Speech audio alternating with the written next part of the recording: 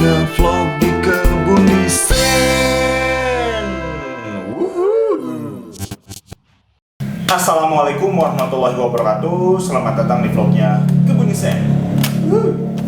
Oke, kali ini kita akan bicara soal tips ya. Ya. Yang tentunya ini bisa ngasih masukan, ngasih inspirasi dan lain sebagainya yang bisa bermanfaat buat pelaku usaha. Mantap. Benar. Ada tip bisnis apa nih di hari ini? Nah,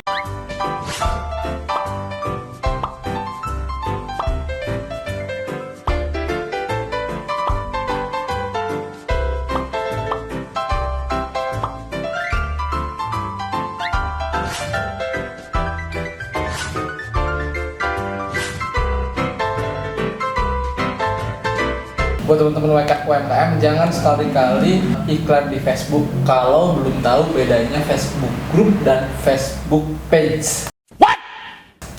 Oke, kita udah tahu ya, misalkan ada Facebook itu ada grup, ada page. Betul. Nah, tapi fungsinya itu tidak sesuai dengan apa yang kita Pikirkan. Oke, apa nih? Sesungguhnya apa nih grup sama page ini? Jadi sebenarnya kita harus tahu dulu nih ya penggunaannya dan definisinya sendiri itu ya. Jadi kalau misalnya page itu sebenarnya biasanya adalah atau digunakan untuk artis misalnya atau brand-brand ternama untuk mengkomunikasikan brand mereka seperti itu. Kalau page, Oke lah kalau begitu. seperti itu. Kalau page, Iya, atau organisasi. Jadi hanya untuk yang memang benar-benar menyukai brand mereka seperti itu. iya. Tapi kalau misalnya grup, nah kalau grup ini semua membernya itu bisa saling berkomunikasi dan membalas postingan satu sama lain. Oh my god. Wow. ya. Nah kalau misalnya si page itu kan hanya dia aja yang memposting tapi bisa dibales gitu. Tapi kalau misalnya si grup itu semua orang bisa posting. Ya, jadi hanya admin page itu hanya admin yang Ya, bisa ngepost yang gitu ya. ngepost. Yang lain paling hanya komentarin. Ya hanya komentari. Tapi kalau misalnya grup, ya kan kalau grup itu semuanya bisa posting. Bisa posting Yang ada di dalam grup itu. yang ada di dalam grup. Nah, gitu. Tapi kalau misalnya si si page itu ya semua orang bisa melihat gitu. Nah, hubungannya dengan bisnis jadinya apa nih, Den? Nah, sebelum kita lanjut bahas terkait dengan bisnis apa sih hubungannya antara page dengan grup bedanya seperti itu kan ya. Dan berkaitan dengan UMKM itu apa? Nah, kita bahas dulu nih karakteristiknya biar Oke. teman-teman tahu gitu ya. Nah, karakteristik dari Facebook page dulu nih ya. Kalau Facebook page itu semua informasi itu bersifat publik nih. Ya. Oke, semua informasi bersifat publik. Ya, siapapun bisa mengaksesnya. Intinya orang yang menyukai page itu ya bisa mengaksesnya dan orang pun bisa melihat informasi yang ada dalam page tersebut. Gitu. Nah, semua orang bisa menyukai Facebook page apapun dan dapat feeds ataupun postingan yang baru dari page tersebut. Oke. Nah, kemudian juga pemilik page di sini bisa mengatur bisa mengatur bisa mengatur postingannya, mana yang harus diposting, mana yang tidak diposting seperti itu. Nah, itu dari page. Mantap. Nah, kalau karakteristik dari grup, nah kalau grup itu hanya orang-orang tertentu saja yang memang tergabung di dalam grup tersebut yang bisa melihat postingan dan bisa saling posting seperti itu. Iya. Kemudian juga si admin pun bisa menyaring siapa aja yang masuk gitu. Kalau misalnya memang grup tersebut private gitu kan ya. Kemudian hanya anggota saja yang memang bisa melihat tadi dokumen, kemudian postingan dan lain-lain. Oke lah kalau begitu.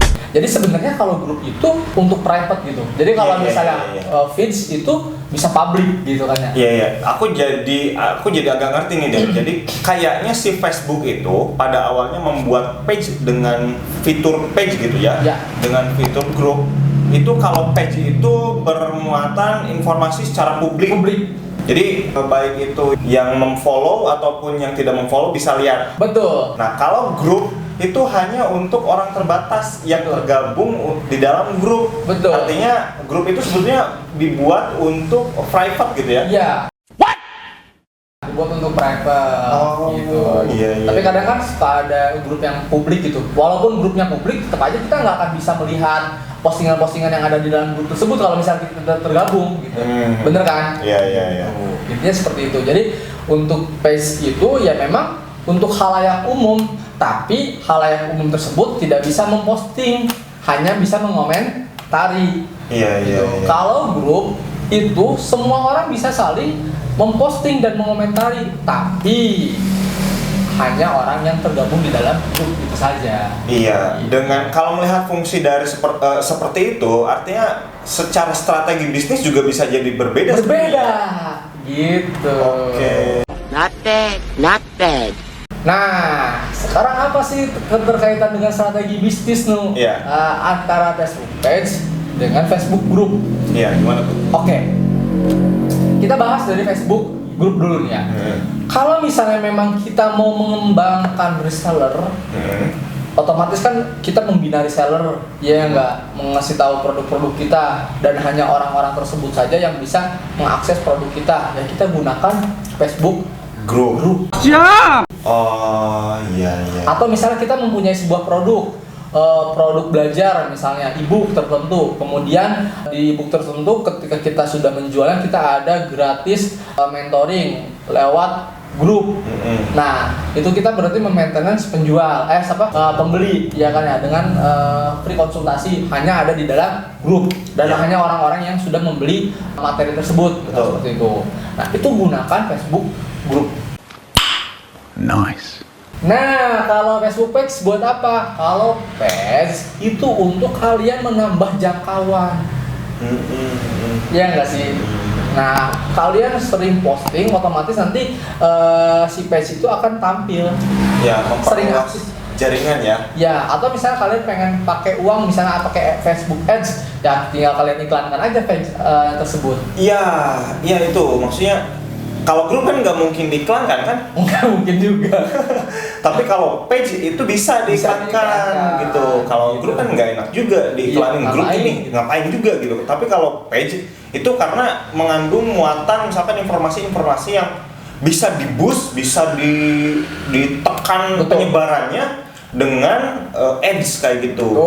Mantap. Dengan iklan kayak gitu. Dengan iklan seperti itu. Jadi itu ya perbedaannya. Intinya kalau misalnya kalian mau memperluas jangkauan dari sebuah produk kalian gunakan Facebook page. Tapi kalau misalnya kalian memang ingin membina atau mengkontrolling pembeli kalian, ya kita gunakan Facebook grup. Nah, itu ya sebetulnya ya fungsi dari grup dan page untuk bisnis. Oke. Kan kadang ya orang-orang khususnya di kita ini, mereka grup itu ya publik aja gitu. Iya, banyak yang jadi gini. Udah kan kita bermain Facebook itu mungkin udah lama ya, dari tahun 2007 atau 2008 gitu ya.